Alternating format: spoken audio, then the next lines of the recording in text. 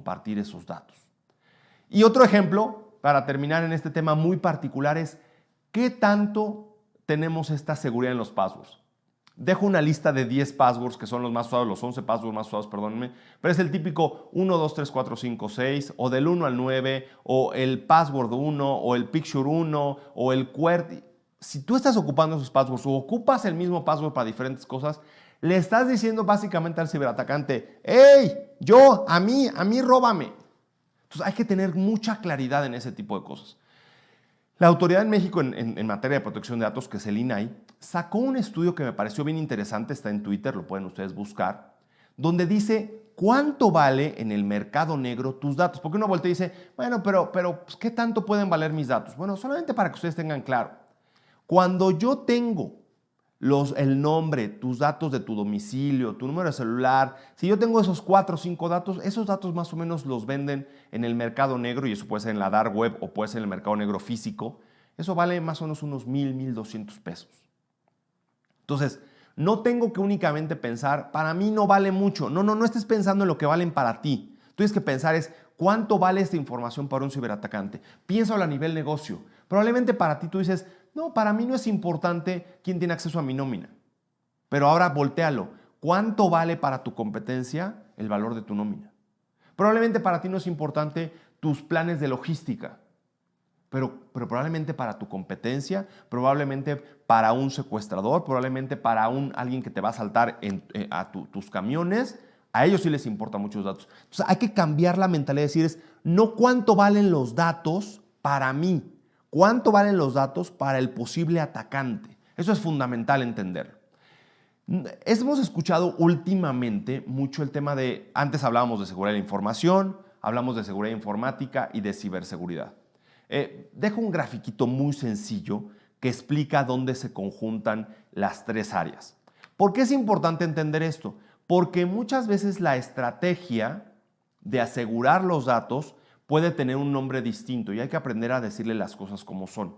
Cuando yo estoy hablando de protección de datos personales, estoy hablando de cómo me protejo yo, cómo el gobierno me protege y cómo esos datos tienen un valor para las empresas. Entonces es un factor económico, es un factor de protección de datos, es un factor de seguridad nacional, es un factor de cibercrimen. Y hay que saber entender a quién de los atacantes les puede interesar mi información de acuerdo a estos diferentes cuadrantes. ¿Ok?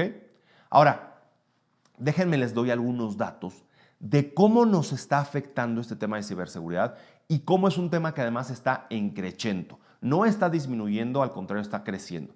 ¿Por qué está creciendo? Para que tengan una idea, al día de hoy hay 3 dispositivos conectados a Internet por cada persona en el planeta.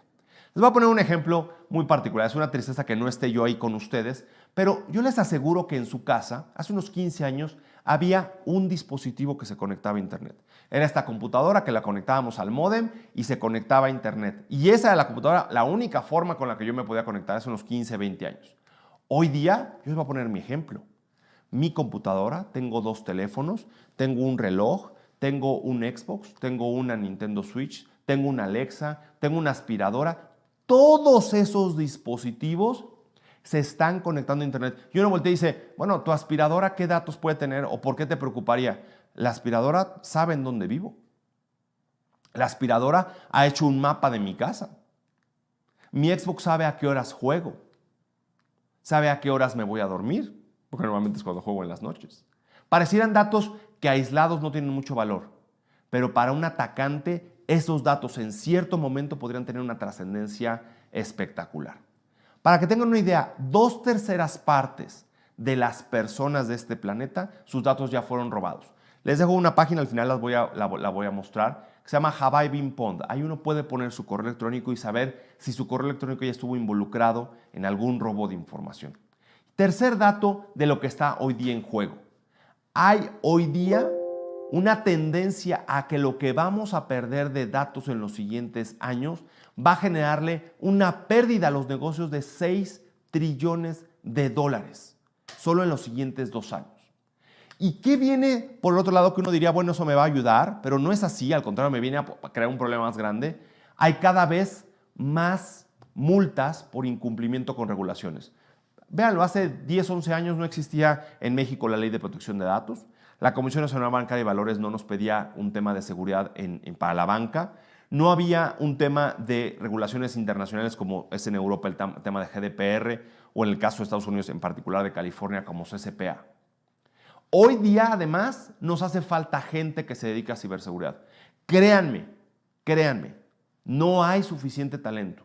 A nivel mundial se calcula que para 2022 nos van a hacer falta 3 millones de especialistas en ciberseguridad. No hay suficiente gente. Y por último, para complicarlo más, cada vez tenemos más herramientas. Seguramente a ustedes les pasa. Hace unos 15 o 20 años decíamos, bueno, yo tengo antivirus y con eso era suficiente. Hoy día tengo que tener el antivirus, el anti-spam, el firewall, el IPS, el protector contra ataques de intrusos, el firewall de la aplicación, el firewall de la base de datos. Tengo que tener un tema de identidades y accesos. Claro, cada vez tengo más y más herramientas. Y el gran problema es, muchas veces entre esas herramientas no se hablan. Entonces, el escenario es fuerte, el escenario está complicado. Y el problema es un tema de realidad contra percepción. Si ustedes están pudiendo ver esta imagen, es una imagen muy bonita que saca Chevrolet para anunciar una de sus camionetas y lo saca a una carretera hermosa. Y uno voltea y dice, qué bonita foto. Claro, estamos tan concentrados en ver el fondo, estamos tan concentrados en ver lo bonito de la camioneta que no vemos lo fundamental. Nadie está manejando esa camioneta.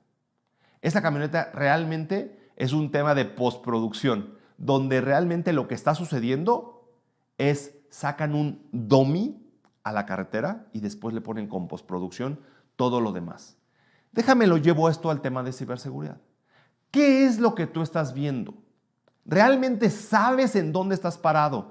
Que tú dijeras, del 1 al 10, mi ciberseguridad de mi empresa está en un 8. O mi ciberseguridad familiar está en un 10. ¿Hoy día lo sabemos? ¿O preferimos este tema de ignorancia? Y decías, pues no sé y no importa. No, es clave el saber en qué estoy, dónde estoy parado, cuál es la realidad. Porque además muchas veces decimos, bueno, yo estoy seguro. Mira, si mis hijos y mi esposa no están seguros, ese es su problema. Porque todos estamos en la misma red. Si el día de mañana cae un ataque a un equipo de cómputo de mi hija, cae un ataque al celular de mi esposa, tarde que temprano va a venir y me va a influenciar a mí. Ese ataque, ¿no?, el gusano o el tipo de ataque que sea, va a intentar replicarse en la misma red. Entonces, este es un esfuerzo muy parecido al que estamos viendo con la pandemia. No es un tema que yo diga, pues yo estoy bien y como yo estoy bien no voy a usar cubrebocas. No. Todos tenemos que estarnos cuidando porque en la medida que nos cuidemos entre todos a nivel ciberseguridad, generamos también una ciberseguridad mayor para todos.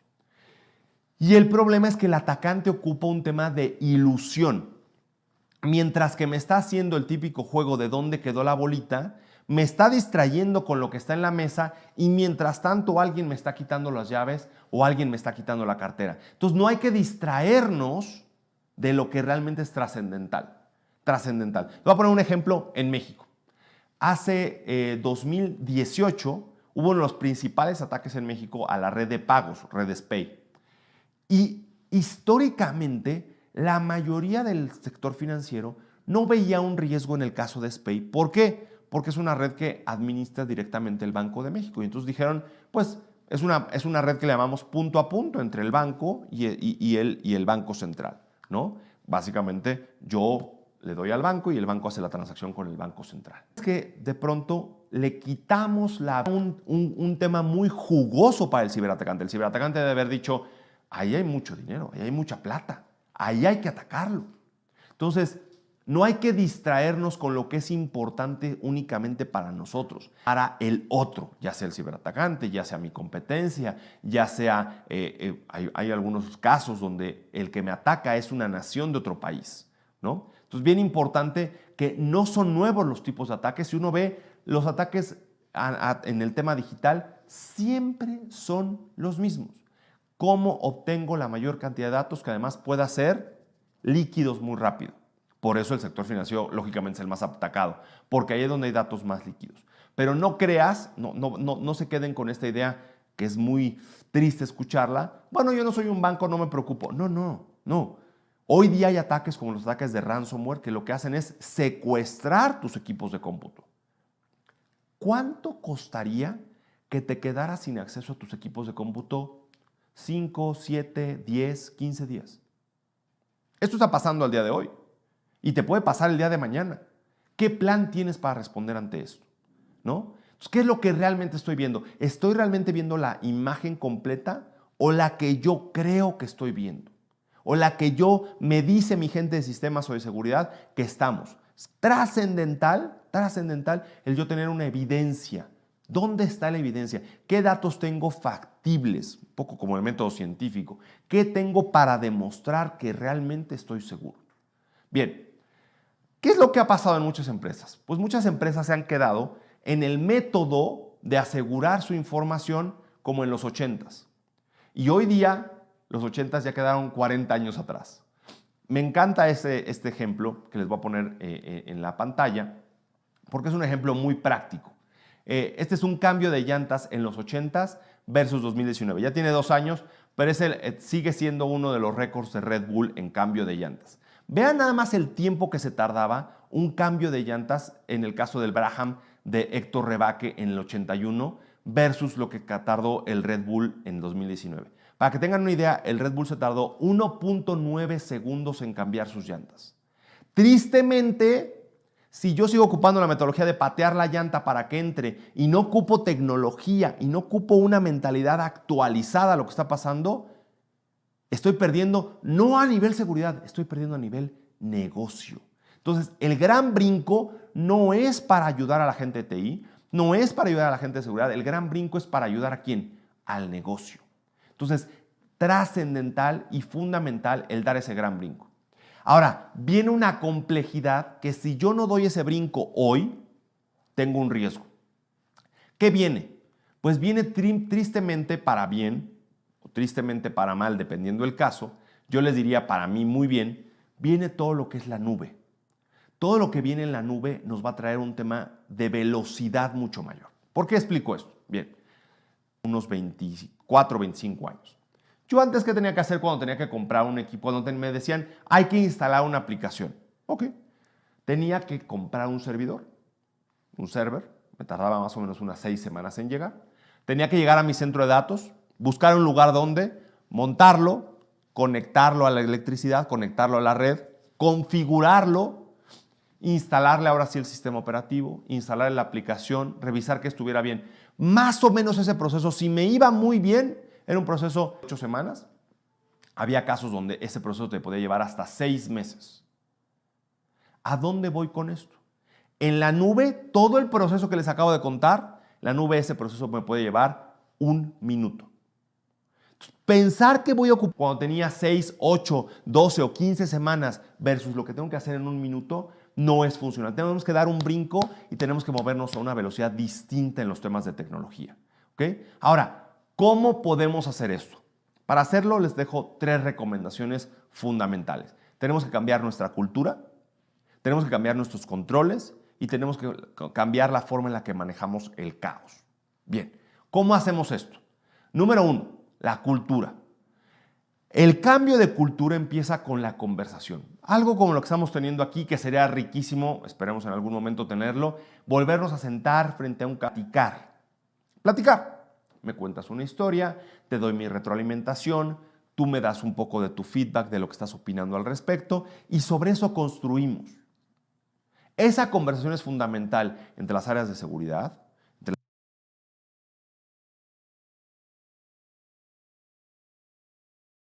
las áreas de negocio, entre las áreas de riesgo. Es fundamental esa conversación, pero es una conversación que no puede ser dada en lenguaje de ciberseguridad. Me pongo unas palabras típicas que nos encanta ocupar a la gente que estamos en ciberseguridad. El panorama de amenazas, el cyber kill chain, las vulnerabilidades de día cero. Si yo llego a platicar en los términos tecnológicos o de ciberseguridad, el negocio me va a voltear y me va a decir así como, ¿de qué estás hablando? Tenemos que hablarlo en el lenguaje del negocio. Y el lenguaje del negocio tiene que ver muchísimo más con un tema de manejo de riesgos, lealtad de los clientes, reputación de la marca, la agenda de innovación, sobre los términos, porque ciberseguridad tiene sentido para servirle al negocio, no viceversa. Entonces, tenemos que pensar esta iniciativa de ciberseguridad, ¿cómo me va a ayudar a ser un líder en el mercado? Es fundamental entender estos términos, ¿ok? Segundo, tenemos que revisar cómo ponemos controles.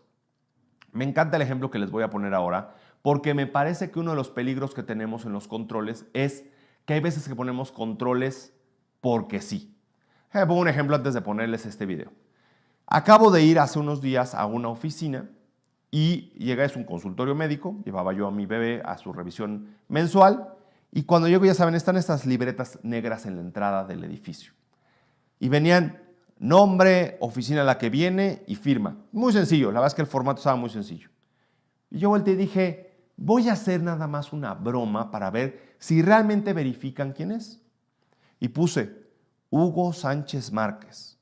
El consultorio tiene 10 pisos y yo puse 2537 y después puse una firma que no es mi firma, puse un garabato. Y la persona que estaba en la entrada me dijo, adelante, ya puede pasar. ¿De qué sirvió ese control? ¿Para qué sirve ese control?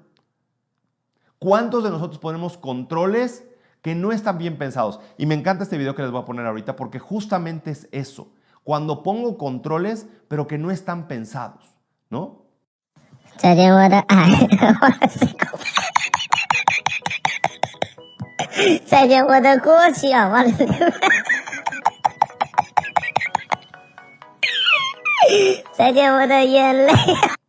Entonces, pongo un murito, pongo una división, pongo alguna cosa para segmentar, pero en la realidad, ¿de qué sirve? No me sirve de nada si no estoy yo pensando en el objetivo final. ¿Qué es lo que quiero? Lo que realmente quiero es asegurar que no entre a la oficina, al edificio, alguien que yo no esté esperando que llegue. Perfecto, muy bien. ¿Qué creen?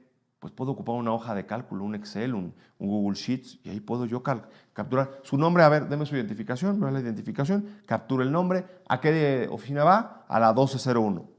La llamada. Viene a la 1201 el señor Juan Carlos Carrillo. Sí, pase. Okay, listo. Y apunto y listo. El control está pensado en el resultado, no pensar el control porque ese me funcionaba antes, ¿no?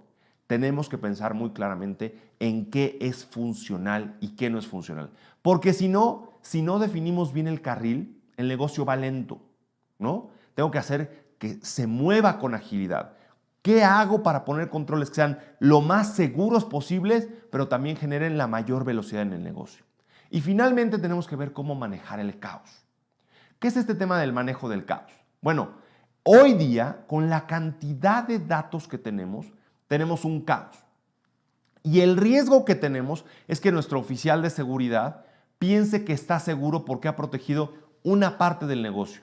Voy a poner un video que me encanta, justamente de un oficial de seguridad de la información que cree que está seguro y le pide a un pentester, alguien que evalúa la seguridad, que revise si está o no seguro. Entonces vamos a ver el video, ¿no?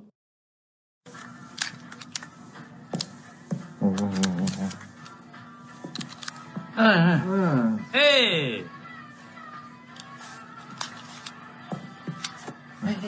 Hey!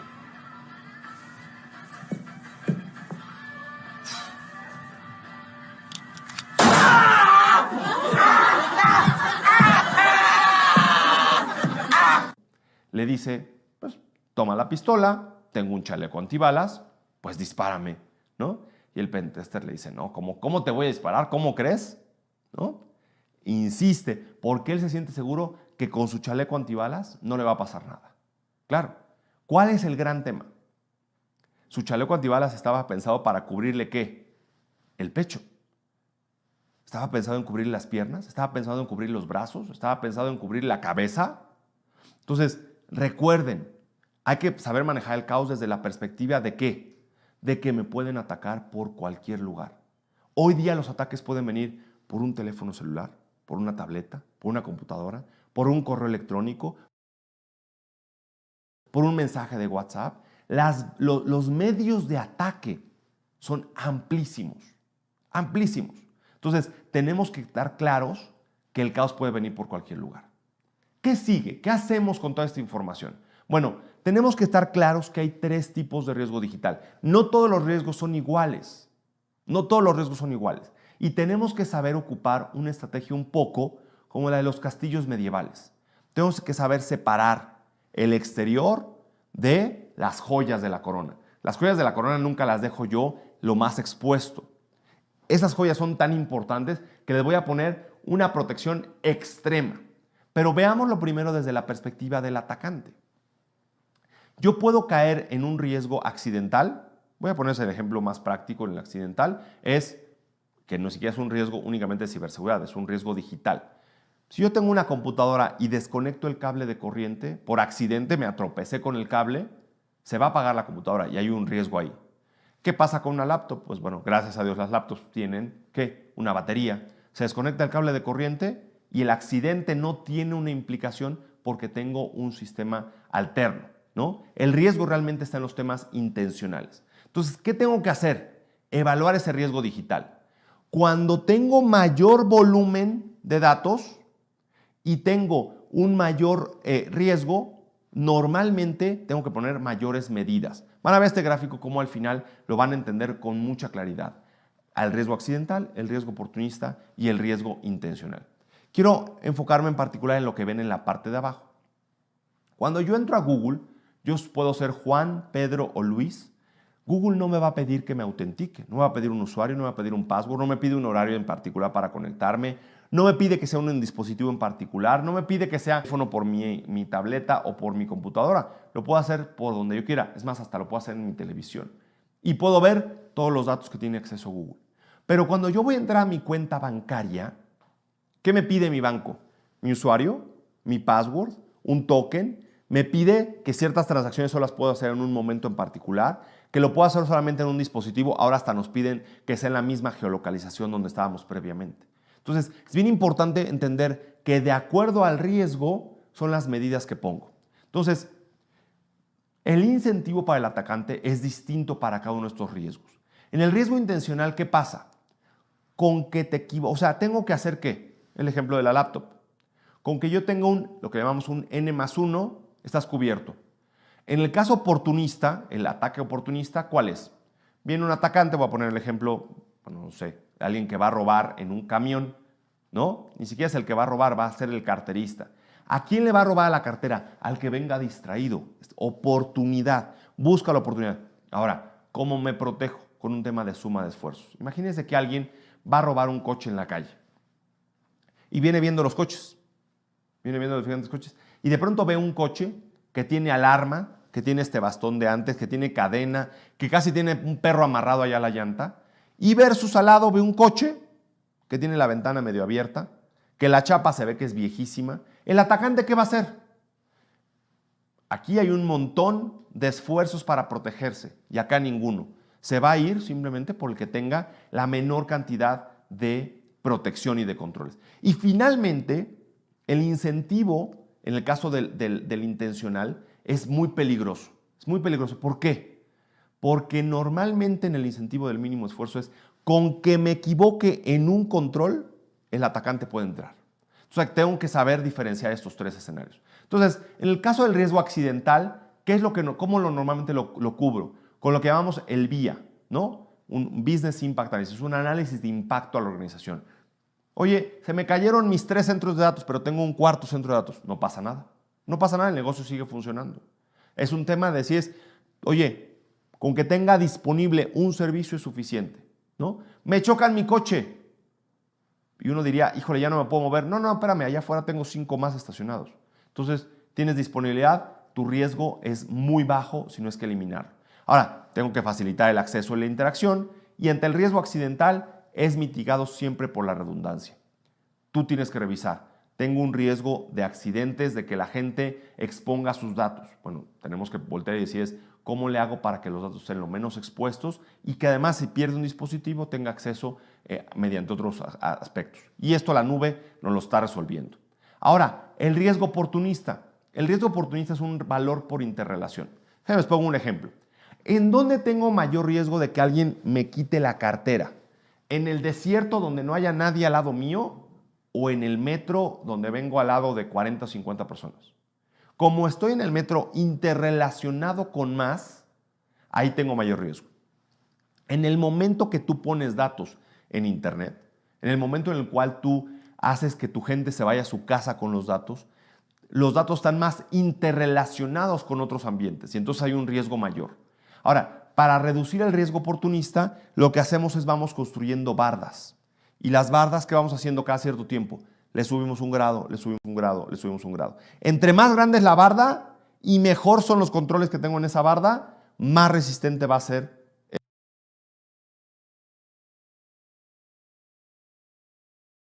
ese control. ¿Ok? Ahora, tengo que seguir dando acceso. ¿Qué es lo que hago? Bueno, hacemos una analogía médica. La analogía médica es exactamente la que tenemos que hacer para casi todos nuestros datos. ¿Qué es? Mantengo mis sistemas y redes sanos, ¿no? Entiendo mis signos vitales. Esto es clave. Yo puedo hacer, sin tener un termómetro, yo puedo hacer este movimiento y sé si tengo temperatura o no. Yo puedo hacerle así y sentir si tengo un flujo nasal o no.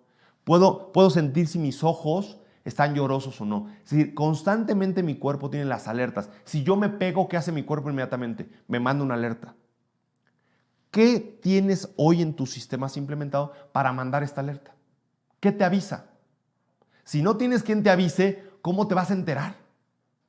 ¿No? ¿Qué hago? Uso buenas prácticas, me ejercito en el tema de los sistemas, que es, bueno, los parches, implemento buenas medidas de seguridad, estándares internacionales. Solamente meto a mis sistemas componentes sanos.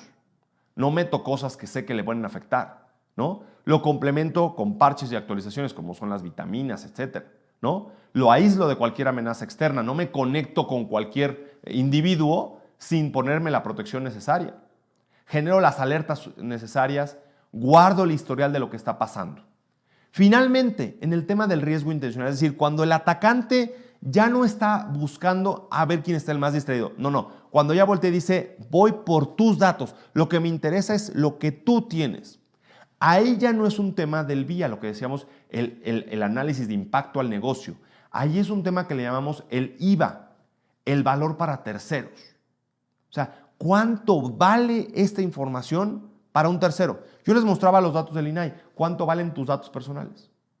Si tú no te has preguntado cuánto vale tu base de datos de tus clientes, cuánto vale la base de datos de tu nómina, cuánto vale la base de datos de tu logística, cuánto valen no para ti, sino para los terceros, para tu competencia, para los ciberatacantes, para un empleado internamente cuando se da cuenta cuánto vale, va y la vende porque anda roto y quiere conseguir algo de dinero. Entonces, bien importante este análisis. Y ese riesgo intencional lo gestionamos ¿cómo? Nosotros lo hacemos en casa, todo el mundo lo hacemos en casa. Ciertos datos o ciertas cosas de valor, probablemente un anillo, unos aretes, una cadenita de oro, ¿qué hago? Lo pongo en una cajita especial, probablemente hasta en una caja fuerte. Entonces, ¿qué hago? Lo aíslo y filtro el acceso. Solamente pueden entrar a esta cajita los que tengan la llave o sepan un código. Entonces, es lo mismo en el tema digital.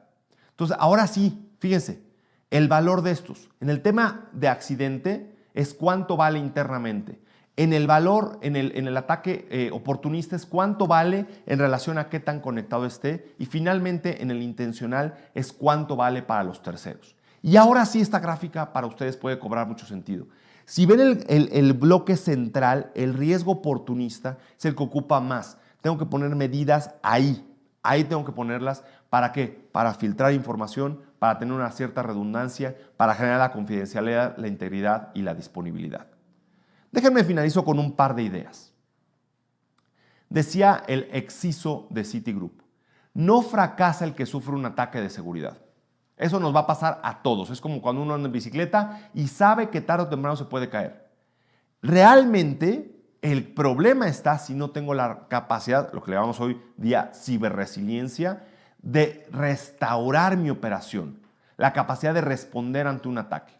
¿Okay? Y para esto quiero poner un ejemplo que cualquiera de ustedes puede ver en esta película de Sully, que es un piloto de US Airways que en enero de 2009 sale del aeropuerto de La Guardia y al minuto un bloque de pájaros se estrella en las turbinas. Se queda sin turbinas. Y él tiene dos opciones. O la que él toma, que es aterrizar sobre el río Hudson, o aterrizar sobre el aeropuerto alterno, que es el de Teterboro. Si alguien de ustedes ha visto la película, él hace el cálculo mental y se da cuenta que no hay forma de que pueda llegar. Entonces, en menos de 2 minutos, él toma una decisión que involucra la vida de más de 150 personas. ¿Por qué puede tomar una decisión tan rápida y tan efectiva? Porque tenía experiencia, porque su copiloto tenía experiencia, porque las sobrecargos tenían experiencia y todos practicaban constantemente cómo responder ante una emergencia.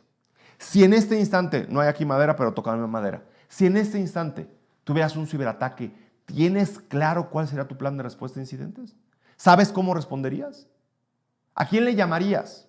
¿Tienes un respaldo de la información? Si tu información hoy día se perdiera, ¿tienes un respaldo de la información? Si las fotos privadas que tienes por ahí, tal vez medio en estado sugerente, son públicas, ¿qué harías? ¿A quién le llamarías? Si no tenemos un plan de respuesta a incidentes, el día que nos suceda vamos a estar corriendo como gallinitas sin cabeza, como locos para todos lados. Tenemos que tener claro cómo vamos a responder. Ya no es un tema de si me va a pasar o no, sino cuándo me va a pasar. Y cuando me suceda tengo que tener un plan claro. Finalizo con esta frase que me gusta mucho. En el tema de ciberseguridad, tú terminas pagando. Si lo pagas antes es una inversión. Si lo pagas después es un gasto. Y normalmente los gastos se pagan al 10 o 15 veces más. Déjenme cierro con 3 recomendaciones para el día de hoy a nivel muy personal. Recomendaciones de negocio les puedo dar toda una sesión. A nivel personal, cuando entramos en la conciencia personal, normalmente entramos en la conciencia también de negocio. Primero, todas las redes sociales, todos los lugares donde ustedes compartan datos, activen su doble factor de autenticación. En su WhatsApp, en su Facebook, en su Instagram, en su LinkedIn. ¿Qué hacemos con el doble factor de autenticación? Que si alguien logra robar mi usuario y mi contraseña, aunque los tenga, no puede robar mi cuenta. ¿Por qué? Porque le va a pedir otro factor que normalmente es un token, que es algo que me llega por un SMS o si tengo una aplicación de autenticación, me va a avisar por ahí. Primera recomendación, doble factor de autenticación. Segunda, entren a este sitio que les menciono que se llama Have I Been Pwned y lo que hacen ahí es poner en la parte de abajo su correo electrónico y les va a decir en cuántos casos han estado ustedes involucrados donde sus datos ya se fugaron. No lo hagan solamente con sus datos, prueben con los datos de sus familiares. Háganlo un ejercicio práctico. ¿Con qué intención? De la seguridad nos las generamos entre todos. Y tercera recomendación, y la daba antes de empezar esta conferencia a una persona, los passwords son como la ropa interior. Se cambian seguido. Espero que nadie de ustedes ocupe la misma durante semanas o meses. Segundo, no se comparten. Yo no le comparto mi ropa interior a nadie.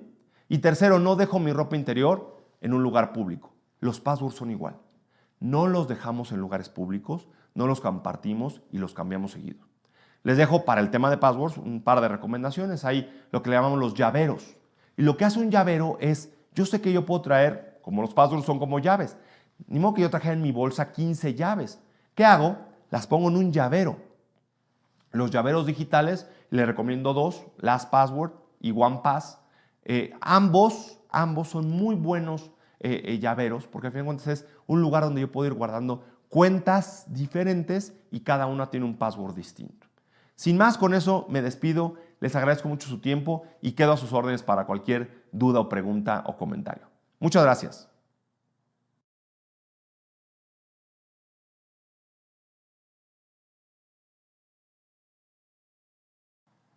Gracias, Juan Carlos. Impresionante lo que estamos expuestos hoy en día. Sin duda la información es poder y darle nuestra información a alguien es darle poder a ese alguien sobre nuestras vidas, sobre nuestro futuro y también sobre el futuro de nuestras empresas. Bueno, ha llegado el momento de despedirnos. Gracias por habernos acompañado. Un especial agradecimiento de parte del equipo de Compa aquí a Microsoft por hacer este evento posible. Y a ustedes no se aparten porque nos vemos mañana. No se olviden.